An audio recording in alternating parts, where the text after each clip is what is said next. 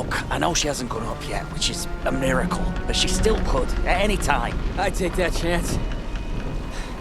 We're freezing to death here. Yes, well, that's the choice, isn't it? Freeze or burn.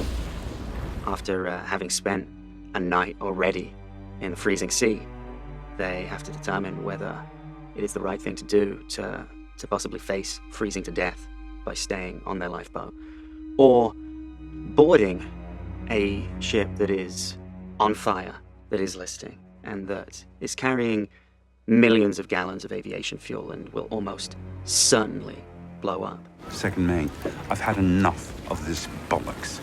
You are the senior deck officer, which means you're in charge, and it's about time you bucked up and took the load. Start making decisions and show these men some bloody leadership. Him taking Hawkins aside and making him aware of that responsibility is a moment that needs to happen, not only for Hawkins, but for the survival of those crew, because without that leadership, they're not going to survive for long.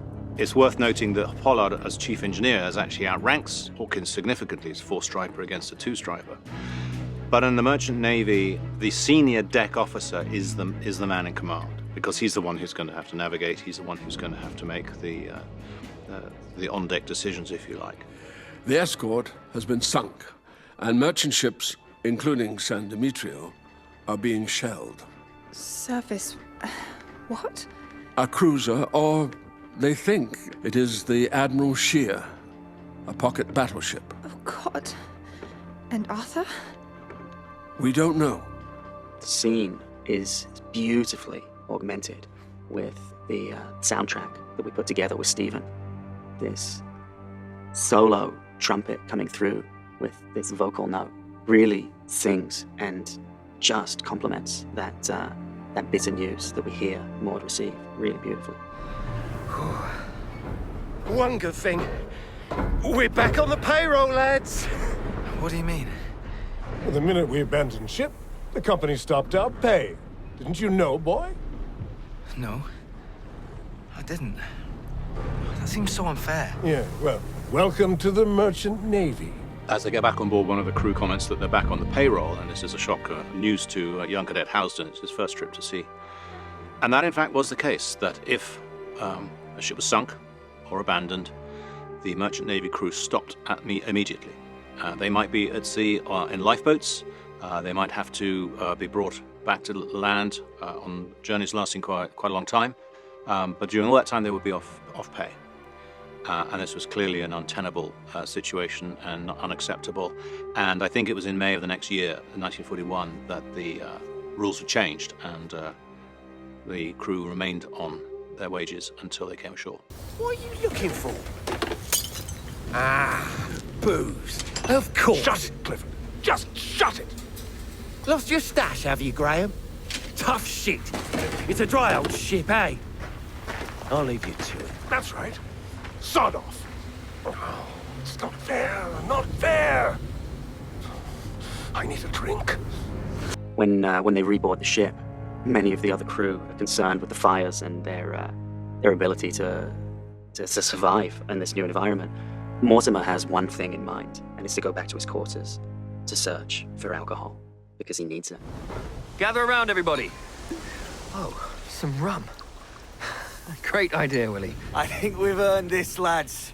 Left over from the last rum ration. Enough for a sip each. Cheers. Well, that'll warm the cockles, no mistake.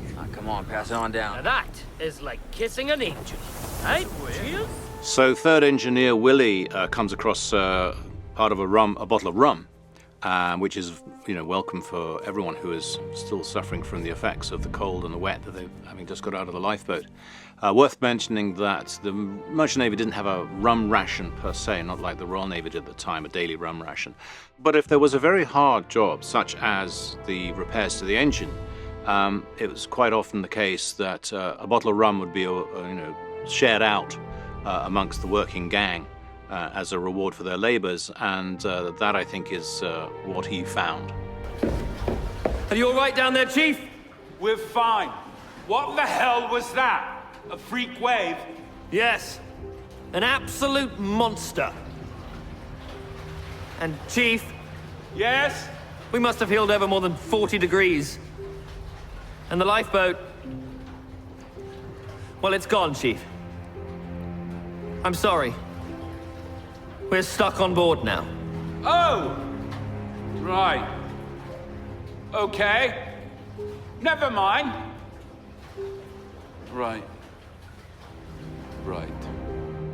Yeah, we learned that the lifeboat, which they couldn't recover fully, which was hanging fairly low down, is we hear it being washed. That it's washed away by a rogue wave, a freak wave, and these do happen. I experienced one myself on a ship called the Eastern Maid. We were crossing the Pacific with a cargo of timber on deck, and one quiet Sunday evening, we just got slammed sideways. The ship was hurled over. A great deal of the cargo went over the side. And that was a freak wave of the kind that's described in this moment. Is certainly felt by Chief Pollard, who now has the responsibility of seeing if he can muster any form of miracle to help put the ship back together.